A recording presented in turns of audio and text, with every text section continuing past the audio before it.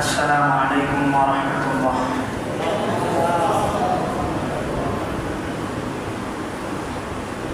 আমাদের আলোচনা চলতেছে যে আমাদেরকে পৃথিবীতে পাঠানোর আগেই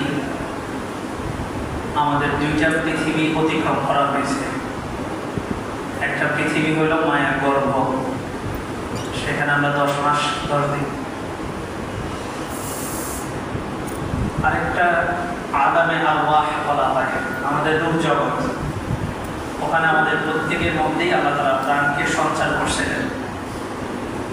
আমাদের দেহের মধ্যে রূহ ছিল, মস্তিষ্ক ছিল।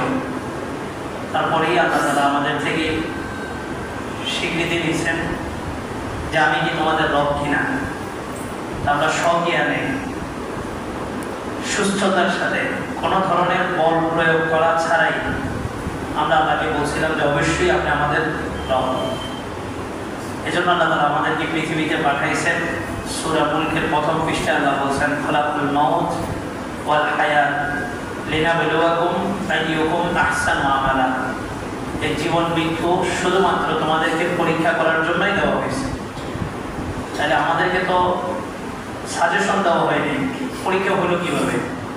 আমাদের সাজেশনটা আল্লাহ তাআলা আমাদেরকে রূহ জগতে নিয়ে নিয়েছেন, স্বীকৃতি। ওই স্বীকৃতিটা বাস্তবায়ন করবো কিনা এই জন্য পৃথিবীতে পাঠাইছেন। পাঠায়া একটা মানুষের সাথে সংশ্লিষ্ট 6টা বিষয়কে দাঁড় করাইছেন। এই 6টা বিষয়ের মধ্যেই একটা মানুষের জীবন ওতপ্রোতভাবে জড়িত, এর বাহিরে যেতে পারবে না। এই 6টা সেক্টরেই আল্লাহকে রব হিসাবে প্রতিষ্ঠিত করার জন্যই আমাদের পৃথিবীতে আগমন। 1 নম্বর হচ্ছে ব্যক্তি জীবন, 2 নম্বর পারিবারিক জীবন, 3 নম্বর সামাজিক জীবন, 4 নম্বর রাষ্ট্রীয় জীবন, 5 নম্বর আন্তর্জাতিক জীবন, 6 নম্বর অর্থনৈতিক জীবন।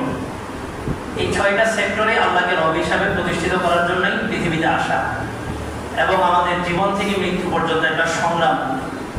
প্রথমত হচ্ছে নিজের সাথে সংগ্রাম, নিজের মধ্যে রবকে প্রতিষ্ঠিত করতে হবে। রব যেভাবে বলছেন ওভাবেই আমাকে নিজেকে তৈরি করতে হবে। নামাজ পড়তে বলছেন, কেন নামাজ পড়বো? প্রশ্ন করার অবকাশ নেই। রব বলছেন এই জন্যই নামাজ পড়বো। রোজা, হজ, যাকাত, ব্যক্তিকেন্দ্রিক যতগুলো আমল আছে এই সবগুলো আমলের প্রতিবন্ধকতা তৈরি করে শয়তান, যেটাকে আল্লাহ তাআলা বলছেন তোমাদের প্রকাশ্য শত্রু। আর ব্যক্তি জীবন বাহিরে 5টা সেক্টর, পারিবারিক, সামাজিক, রাষ্ট্রীয়, অর্থনৈতিক, আন্তর্জাতিক, এই 5টা সেক্টরে আল্লাহকে রব হিসাবে প্রতিষ্ঠিত করার ক্ষেত্রে সবচেয়ে বড় প্রতিবন্ধকতা তৈরি করে মানুষরূপী শয়তান। আপনার পরিবার আপনার বিরুদ্ধে, ঘরের মধ্যে কোনো ইসলামী কোনো কিছু সে বাস্তবায়ন করতে দিচ্ছে না, তার মানে সে হলো মানুষরূপী শয়তান। সে আল্লাহকে রব হিসাবে প্রতিষ্ঠিত করতে দিচ্ছে না। সমাজের মানুষ তারা তাদের মানব রচিত আইন দ্বারা সমাজকে প্রতিষ্ঠিত করতে চাচ্ছে। তাহলে সমাজে আল্লাহকে রব হিসাবে প্রতিষ্ঠিত করার ক্ষেত্রে অন্তরায় কারা? এই সমাজের নেতৃত্বস্থানীয় যারা, তারাই। আর তাদেরকে শরীয়তের ভাষায় বলা হয়েছে এরা মানুষরূপী শয়তান। এমনিভাবে প্রত্যেকটা সেক্টরে। এখন কথা হইল যে আল্লাহ তাআলার 99টা সিফাত আছে, 99টা নাম মানে 99টা গুণ। তাহলে সমস্ত গুণগুলোর মধ্যে আল্লাহ তাআলা শুধুমাত্র রবের ব্যাপারে স্বীকৃতি নিলেন কেন? আল্লাহ কি শুধু রব নাকি মালিক? মালিক। আল্লাহ আবার কি রাজ্জাক, আল্লাহ আবার কি জাওয়াদ, আল্লাহ আবার কি সামির, আল্লাহ বাসির, আল্লাহ দেখেন, আল্লাহ শুনেন। তাহলে এতগুলা গুণের ভিতরে আল্লাহ শুধুমাত্র রব শব্দটাকে কেন চয়ন করছেন? আপনি দেখেন আমাদের পৃথিবীতে আসার আগে আল্লাহ কোন নামে স্বীকৃতি দিয়েছেন? আলাস্তু বি রাব্বিকুম, রব সম্পর্কে স্বীকৃতি দিয়েছেন। আবার আমাদের মৃত্যুর পরে কবরের প্রথম প্রশ্নটা কি? মা রব্বুকা, রব শব্দটা প্রশ্ন করতেছে। এই রব শব্দটা অত্যন্ত জামে, মানে সবকিছু এটার মধ্যে নিহিত। রব বলা হয় যে পৃথিবীর প্রতিটা বস্তুকে ধীরে ধীরে ধীরে ধীরে তার আপন জায়গা পর্যন্ত যিনি পৌঁছান উনি হচ্ছেন রব। তো মানুষকেও ধীরে ধীরে তার একটা বয়স পর্যন্ত পৌঁছান। শুধু মানুষ না, পশু, পাখি, উদ্ভিদ, জড়বস্তু যত কিছু আছে সব কিছুকে ধীরে ধীরে ধীরে ধীরে। আমরা একটা জিনিস বানাই, একদম প্রথমেই এটাকে ফুল করে ফেলি। একটা রোবট বানাইলে প্রথমেই এটাকে বড় আকারে বানায়। আল্লাহ তাআলা মানুষকে ছোট থেকে ধীরে ধীরে ধীরে ধীরে তার একটা পর্যায়ে নিয়েছেন। আর এই কাজটা যিনি করেন ওনাকে রব বলা হয়। আর মজার বিষয়, কোরআনের প্রথম সূরার নাম কি? সূরাতুল ফাতিহা। সূরাতুল ফাতিহার প্রথম আয়াতটা কি? আলহামদুলিল্লাহি রাব্বিল আলামিন। অন্য শব্দ না, রব। আবার কোরআনের সর্বশেষ সূরার নাম কি? সূরা নাস। সূরা নাসের প্রথম আয়াত কি? কুল আউযু বিরাব্বিন নাস। এই যে রব, শুরুতেও রব, শেষেও রব।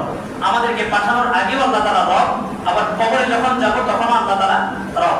এর দ্বারাই আল্লাহ তাআলা বুঝাইছেন যে তোমার শুরু থেকে শেষ পর্যন্ত প্রতিটা ধাপে তুমি আমাকে রব হিসাবে প্রতিষ্ঠিত করতে পারলেই তোমার আখিরাত সফল হবে। তাহলে এটা বলার অবকাশ নাই যে আমি ব্যক্তি জীবনে নামাজ পড়লাম, রোজা রাখলাম, এটাই তো যথেষ্ট না। আল্লাহকে আপনি ব্যক্তি জীবনে প্রতিষ্ঠিত করছেন রব হিসাবে, কিন্তু বাকি 5টা সেক্টরে আপনি এখন আল্লাহকে রব হিসাবে প্রতিষ্ঠিত করতে পারেন না। হ্যাঁ, একটা হচ্ছে অপারগতা, পারতেছি না, পুরো সমাজ ব্যবস্থাই সুদের মধ্যে আছে, আমি একজন সৌদের বিপরীতে কি করব? এটা হচ্ছে অপারগতা। আল্লাহ রাসূল বলেন, অন্যায়ের কাজ দেখলে হাত দ্বারা প্রতিহত করো, না হইলে মুখ দ্বারা প্রতিবাদ, না হইলে অন্তরে অন্তরে চিন্তা করে এটা কিভাবে বন্ধ করা যায়। তাহলে সেখানে একজন মুসলমানের দিলের এটাই তামান্না থাকতে হবে যে প্রতিটা ভূখণ্ডের প্রতিটা ইঞ্চিতে আল্লাহর হুকুম কিভাবে বাস্তবায়ন হতে পারে, এই পক্ষে মুসলমানের কাজ থাকবে, মুসলমানের চেষ্টা থাকবে। কিন্তু কোনো অবস্থাতেই একজন মুসলমান মানব রচিত আইন প্রতিষ্ঠা করার জন্য লড়া তো প্রশ্ন দূরের কথা, লড়াই করার প্রশ্ন দূরের কথা, প্রতীক হিসাবে দাঁড়ানো তো দূরের কথা, ওই মানব রচিত তন্ত্র প্রতিষ্ঠার পক্ষে ভোট দেওয়াটাও একজন মুসলমানের পক্ষে যায় না। এটা মুসলমানের ঈমানের দাবি। পারতেছেন না, বর্জন করেন, তবে মানব রচিত কোন আইনকে সহযোগিতা করলে আপনার ঈমান আছে না গেছে? আল্লাহ বলেন আমি সব গুনাহ মাফ করব, কিন্তু শিরকের গুনাহ কখনোই মাফ করব না। আল্লাহ তাআলা কথাগুলো বোঝার, আমল করার তৌফিক দান করুন।